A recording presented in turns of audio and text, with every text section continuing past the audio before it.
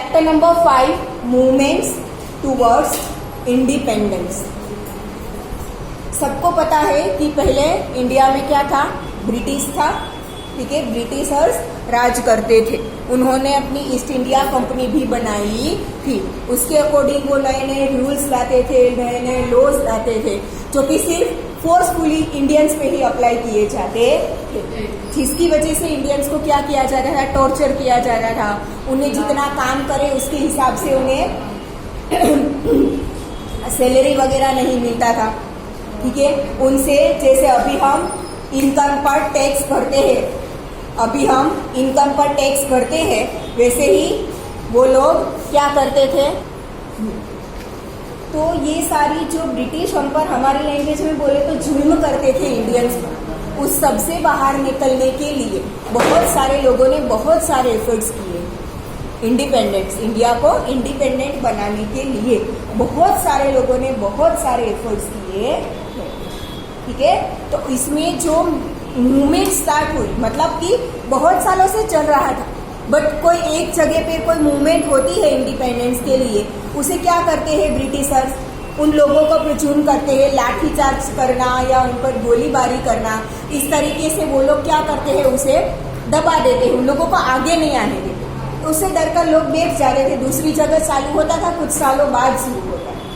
ठीक है, तो ऐसे एफर्ट्स किए गए थे, बट ये मूवमेंट, ये जो शुरू हुए इंडिपेंडेंस के लिए, जो मूवमेंट शुरू हुए, वो लगातार एक के बाद एक मूवमेंट स्टार्ट हो गए और फाइनली हमें 1947 में 15 अगस्त को क्या मिला, इंडिपेंडेंस मिला। तो ये जो कौन सी सारी मूवमेंट्स थी, ये हम इस चैप्टर में देखेंगे। तो हमने लास्ट पीरियड में शुरू किया था चैप्टर, तो हमने देखा था सबसे पहला साइमन कमीशन 1942 में लागू हुआ था। ठीक है, उससे पहले की ये जो मूवमेंट्स थी इंडिपेंडेंस के लिए, ये सारी शुरू हो गई। ठीक है, अकॉर्डिंग टू साइमन कमीशन, ठीक है, जो भी रूल्स लागू होने वाले थे, जो भी लॉज लागू होने वाले थे, हमारे सबसे पहले पीएम थे जवाहरलाल नेहरू, उनके फादर मोतीलाल नेहरू, जो कि एक लॉयर थे। ठीक है, उन्होंने और उनके ग्रुप ने, उनकी टीम ने ये साइमन कमीशन पूरा पढ़ा, तो उन्हें लगा कि इंडियंस को तो इसमें कुछ नहीं मिलेगा, तो वो लोग इंडिया में ये अप्लाई होने देना नहीं चाहते थे। ठीक है, फिर भी अप्लाई हुआ और उसके विरोध में लोगों ने बहुत कुछ किया। ठीक है, साइमन कमीशन देखा था, फिर नेहरू कमेटी, ये साइमन कमीशन के ओपोजिशन में ये पूरी कमेटी बनाई गई। ठीक है, लॉयर मोतीलाल नेहरू ने बनाई थी, इसलिए उसे नेहरू कमेटी बोलते हैं। ठीक है, फिर डिमांड फॉर कंप्लीट इंडिपेंडेंस 1929 से लोगों ने कंप्लीट इंडिपेंडेंस मांगना शुरू किया।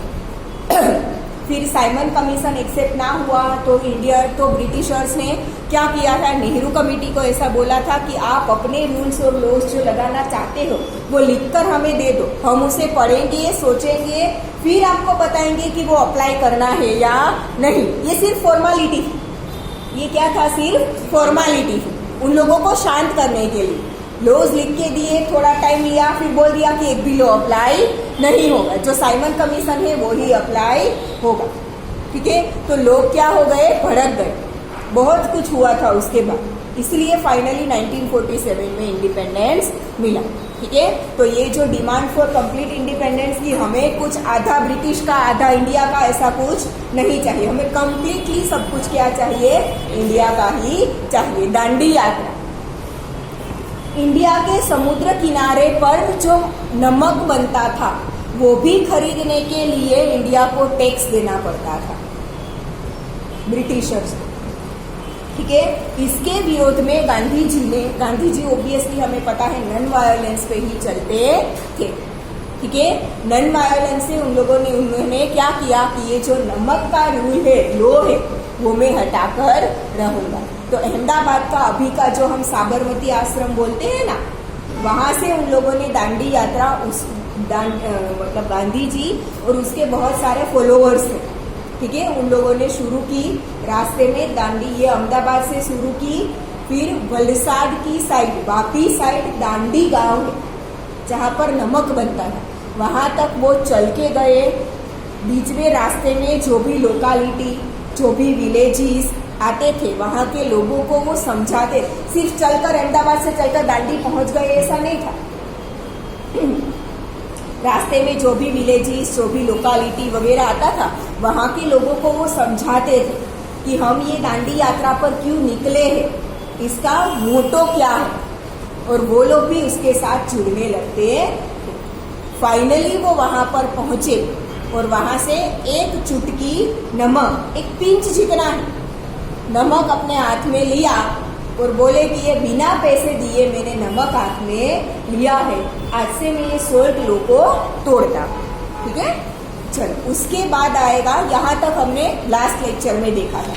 Now Gandhi Irwin pact round table conference and moratorium of satyagraha. Round table conference मतलब कॉन्फ्रेंस होती है, टेबल के आसपास बहुत सारे लोग बैठते,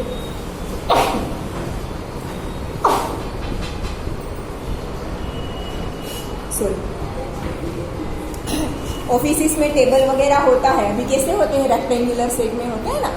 एक राउंड टेबल के पीछे आसपास बैठकर लोगों ने ये कॉन्फ्रेंस की थी, ये पैक्ट किया था, इसलिए राउंड टेबल कॉन्फ्रेंस। ठीक है, Gandhi ji was called upon by the Britishers for the round table conference related to the constitutional structure and reforms. Gandhi ji ने ये जो सारी मूवमेंट शुरू की थी, चलो Gandhi ji was called upon by the Britishers for the round table conference related to the constitution structure and reforms. Constitution structure and reforms मतलब कि देखो, ब्रिटिशर्स का इंडिया पर राज था वो ठीक है, बट इंग्लैंड का जो कॉन्स्टिट्यूशन था वही इंडिया पर उन लोगों ने अप्लाई नहीं किया था, क्योंकि इंग्लैंड का उनका जो ब्रिटिश का उनका जो कॉन्स्टिट्यूशन था उसके हिसाब से वहां के लोगों को तो बहुत छूट छाट मिलती थी, जो कि इंडियंस को यहाँ पर मिलती नहीं थी। तो इंडिया के लिए उन लोगों ने अलग कॉन्स्टिट्यूशन बनाया था, तो उसके बारे में डिस्कस करने के लिए उन लोगों ने क्या किया, गांधी जी को बुलाया। First round table conference was held but with the absence of Congress leaders it was futile. Congress leaders मतलब ब्रिटिशर्स ने अपनी एक पार्टी बनाई थी जिसे उन लोगों ने क्या नाम दिया था, कांग्रेस नाम दिया था। ठीक है, वहां कांग्रेस लीडर्स, कांग्रेस की ये जो कांग्रेस पार्टी थी उसके लीडर्स वहां पर प्रेजेंट नहीं थे, तो फर्स्ट राउंड टेबल कॉन्फ्रेंस क्या हो गई, डिसमिस हो गई। ठीक है, to reconcile with Congress a pact between Gandhi ji and Irwin was made, which was known as Gandhi Irwin pact in March 1931, in which permission of free collection or manufacture of salt by persons near the sea coast and permission of peaceful picketing were the main points. Dandi यात्रा के बाद salt है लोगों को free में मिलना चाहिए। ठीक है, दरिया किनारे के लोग तो वहां से फ्री में ले सकते हैं। ठीक है, ये जो पहले सोल्ट पर टैक्सीज वगैरह लगाए थे वो रिमूव करना, मेन इसका मोटो वो। और दरिया किनारे के दूर जो लोग रहते हैं उन्हें पैक करके सोल्ट भिजवाना होगा, ऑब्वियसली वो तो वहां से आकर दरिया किनारे से ले नहीं जा सकते। ठीक है, तो उन लोगों को पैसे देकर लेना पड़ता था पर बहुत सस्ता मिल सकता था। ठीक है,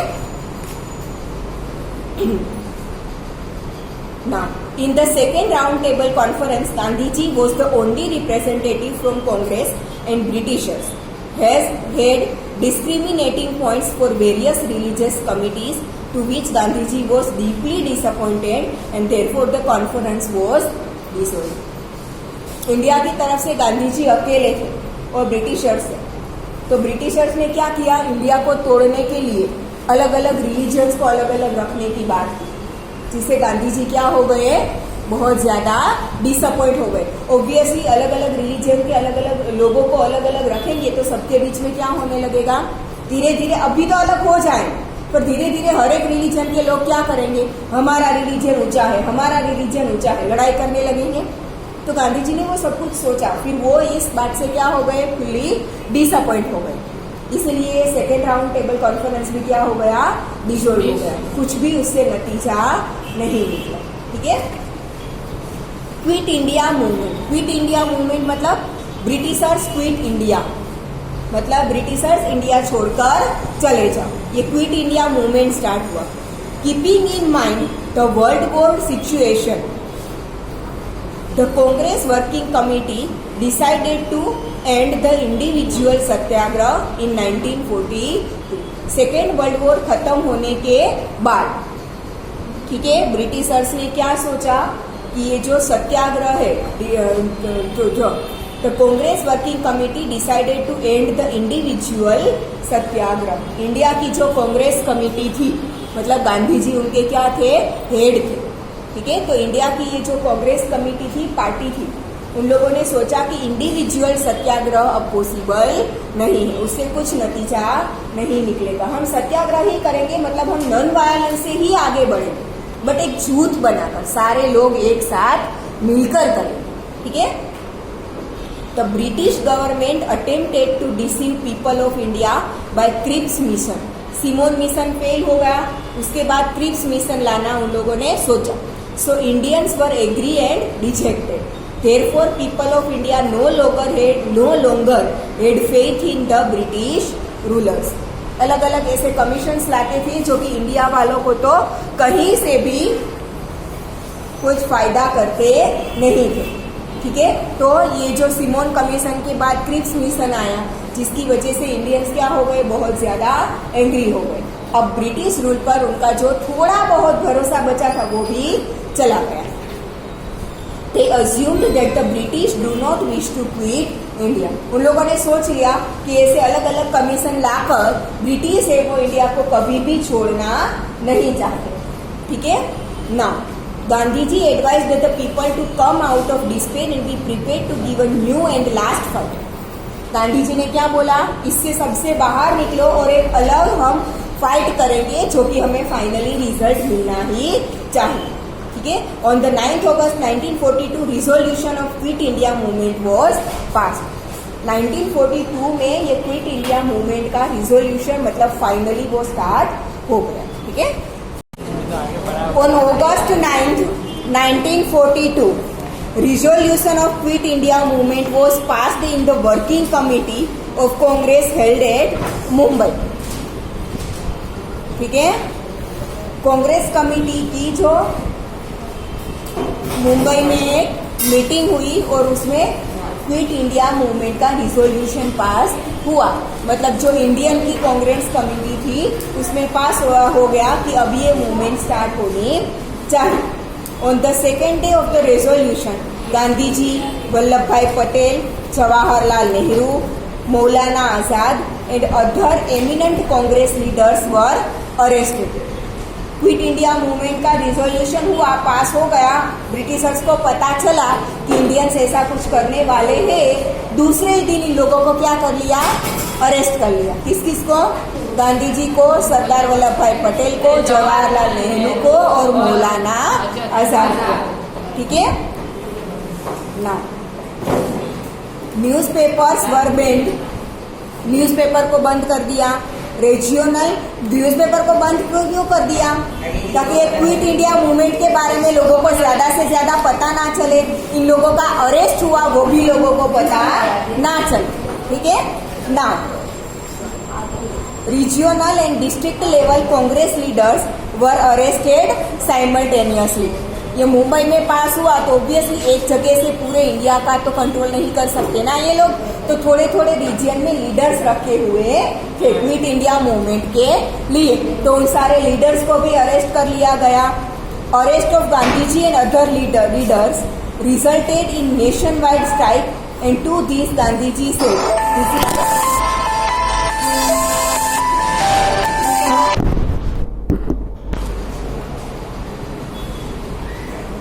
Arrest of Gandhiji and other leaders resulted in nationwide strike, and to this Gandhiji said, "This is the last fight in my life, and therefore people of India should make all attempt to achieve independence." He gave the slogan "Do or Die." ठीक है, जब उनका arrest हुआ, जब इन सबका arrest हुआ तो nation wide strike हो गया। सारे लोग, चाहे वो कोई भी काम करते हो, सारे लोग स्ट्राइक पर चले गए हो। तब गांधी जी ने क्या बोला कि ये मेरी लाइफ की लास्ट फाइट है और सभी को इसमें पार्ट लेना चाहिए, हमें इंडिपेंडेंस चाहिए ही चाहिए। और उन्होंने स्लोगन दिया डू और डाई, करो या मरो, या तो इंडिपेंडेंस पाके रहो या तो मरो।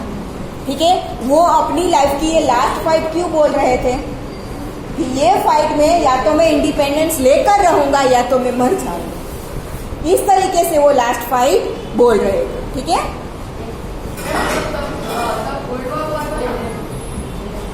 Strikes during quit India movement, कौन कौन सी स्ट्राइक्स हुई? The rural and urban regions of the country including workers, farmers, youth, students, teachers, businessmen and women were in the forefront of this movement. सारे लोग, बच्चे बोलो, बूढ़े बोलो, स्त्रियां बोलो, वर्कर्स बोलो, फार्मर्स बोलो, बिजनेसमैन बोलो, सारे इस मूवमेंट में जुड़ गए थे। Workers went on strike in factories. Iron factories in Jamshedpur and cotton mills at Madras too were on strike.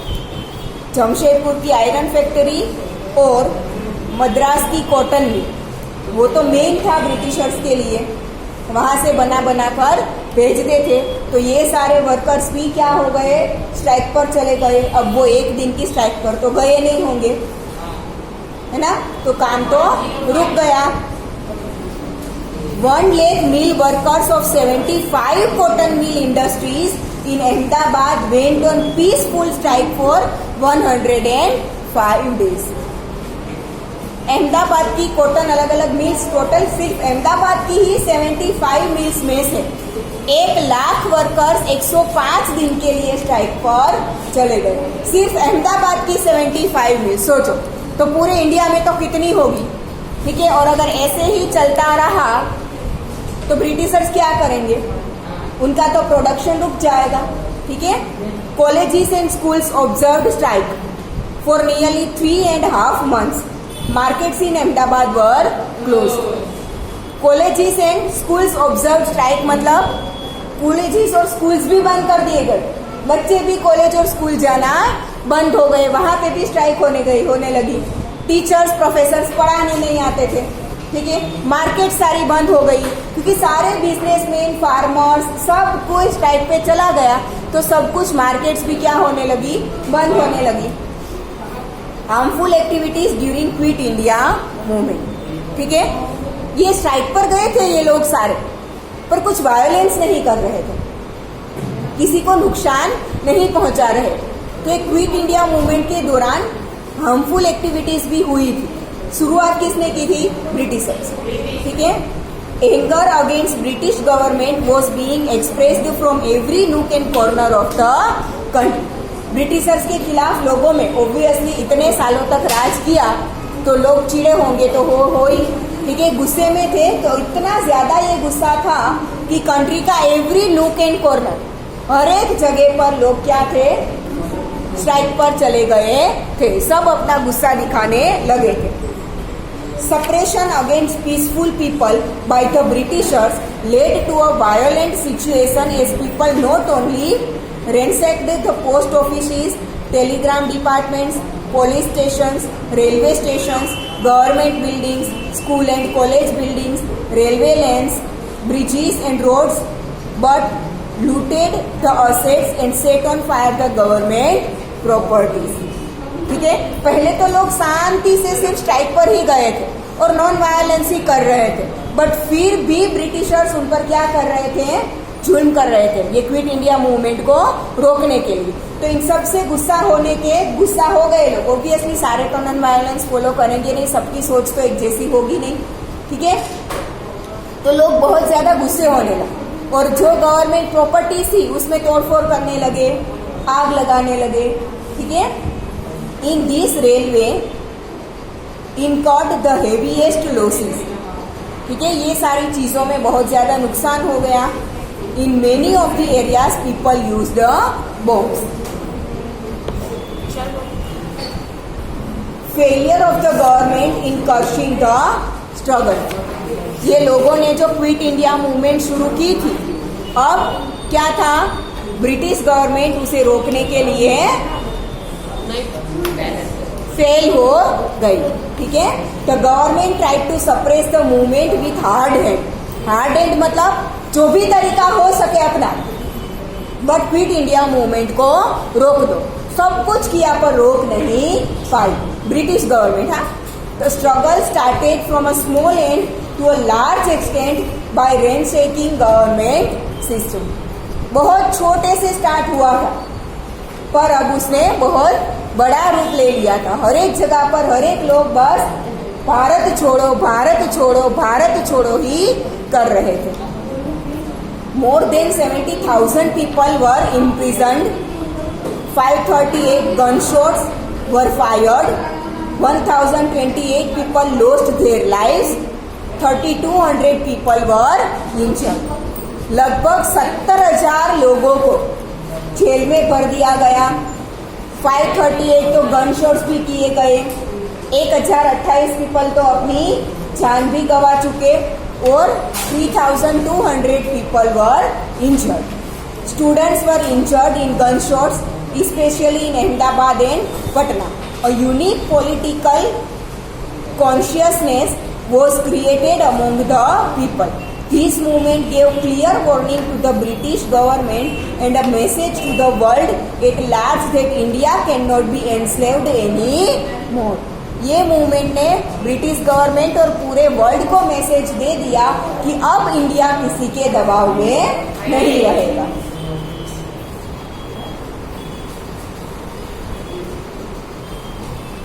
The struggle really signaled by the people of India to Britishers to quit India. ये struggle जो लोग कर रहे थे quit India movement में, जो struggle कर रहे थे, उनसे ब्रिटिशर्स को क्लियरली ये मैसेज मिल रहा था कि इंडिया के लोग बोल रहे थे कि क्विट इंडिया, अब भारत छोड़ के चले जाओ. The people of India now wanted full independence. The amendment for dominion status was almost invisible by this struggle. Dominion status मतलब ब्रिटिश इंडिया को अपने कंट्रोल के अंदर रखना चाहता था. ये मूवमेंट से अब ये बिल्कुल भी संभव नहीं लग रहा था. After a struggle of 5 years, India achieved independence. 42 में स्टार्ट हुआ था, 5 years की स्ट्रगल के बाद at the end India independent हुआ. आजाद हिंद फौज and Subhash Chandra Bose. Subhash Chandra Bose was born in Cuttack in Orissa state, 23rd January 1897. His father Rai Bahadur Janakinath Bose was a government lawyer in British judiciary. British judiciary मतलब obviously उनके जन्म के वक्त 1897 British थे ना हमारे देश में. हमें इंडिपेंडेंस तो 1947 में मिला. तो तब उसके फादर क्या करते थे, ब्रिटिश गवर्नमेंट में काम करते थे. उनकी जो जुडिशियरी सिस्टम थी उसमें वो क्या थे, लॉयर थे. His mother Parvati Devi was a philanthropist. Prediction was that this Bengali lad will become sincere servant of Britishers. उसकी माँ थी, वो क्या थी, फिलंथ्रोपिस्ट मतलब असम्पशन करके बता देती थी कि इसका भविष्य क्या होने वाला है. तो उसे ऐसा लगा था कि मेरा बेटा है वो तो ब्रिटिश के अंडर ही काम करेगा. ठीक है. Prediction was that this Bengali lad will become sincere servant of Britishers. But he went on to become a staunch freedom fighter against British Empire. Prediction ऐसा था कि ये ब्रिटिश का अच्छा सर्वेंट बन के रहेगा, पर उसके उल्टा हुआ. ये फ्रीडम की जो फाइट थी उसका वो स्ट्रॉन्ग लीडर बना था. After passing examination with good marks from Calcutta presidency college, he went to England for further studies. He passed the very difficult ICS, that is Indian Civil Service examination at 4th number. बहुत hard, जैसे अभी IAS या IPS की exam आती है ना, वैसे बहुत टफ थी. वो उसमें कौन सा रैंक लाए, 4th रैंक लाए. And return to Calcutta. Seeds of revolution were planted in his mind due to the insulting attitude and pride of the British professor at the Presidency College towards the Indians. वो England में पढ़ते तो थे, but British के लोगों का, वहाँ के प्रोफेसर का जैसा उनके साथ बर्ताव था, बिहेव था, उससे उसके माइंड में क्या था, स्ट्रॉन्ग सीड्स ऑफ इंडिपेंडेंस आ गए थे। ये लोग हमारे साथ ऐसा बिहेव करते हैं तो हम उसके अंडर नहीं रहेंगे। He was very much interested in the Indian independence struggle. He became an active member of National Assembly. He joined the Swarajya Party in 1923. He soon became very popular leader among youth. He was in the top in civil disobedience movement and therefore jailed many times.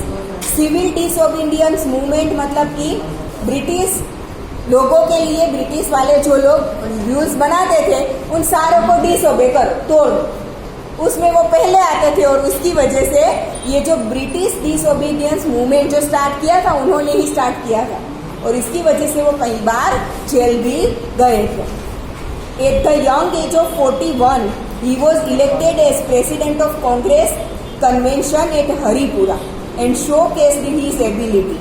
He left the Congress as difference of opinion with Gandhiji. He had increased and he established the party, the Forward Bloc. पहले Congress party का वो क्या बना, leader बन गया, ठीक है, पर फिर गांधी जी और उसके विचार मेल नहीं खाते थे, ठीक है, तो वो क्या हो गया, उनसे अलग हो गया और अपनी एक नई पार्टी बनाई, Forward Bloc. To awaken plebiscite against Britishers, he travelled most of the regions of India.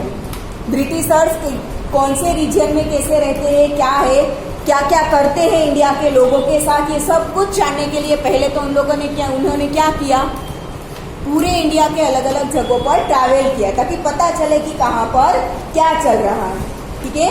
He was arrested under Indian defence code and imprison.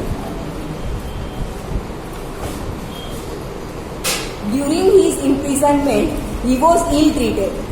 उसे जेल में भी भर दिया गया और उसकी जेल की इम्प्रिजनमेंट के वक्त उनके साथ बर्ताव, बिहेव भी अच्छा नहीं किया जाता था। He was imprisoned at his place of residence as his health was deteriorating since he was fasting unto the death. उसे अपने घर में ही बंद कर दिया गया था और वहां पर क्या हो रहा था, उसकी डेथ, मतलब उसकी हेल्थ है वो डिटीरियोरेट, मतलब बुरी होती जा रही, क्योंकि उन्होंने ये डिसाइड किया था कि जब तक इंडिपेंडेंस नहीं मिलता मैं खाना नहीं खाऊंगा, ठीक है, अनटू द डेथ, जब तक मर ना जाओ, वो मतलब अनशन बोलते हैं ना, अनशन पर उतर गए, ठीक है, खाना नहीं खाऊंगा, जो चीज चाहिए वो ना मिले तब तक खाना नहीं खाओगे, ऐसा। He travelled in the disguise of Pathan from Calcutta via Peshawar, Kabul, Iran and Russia. Later on he reached the Berlin, Germany, 28 March 1942. उन्हें उसके घर में ही इम्प्रिजन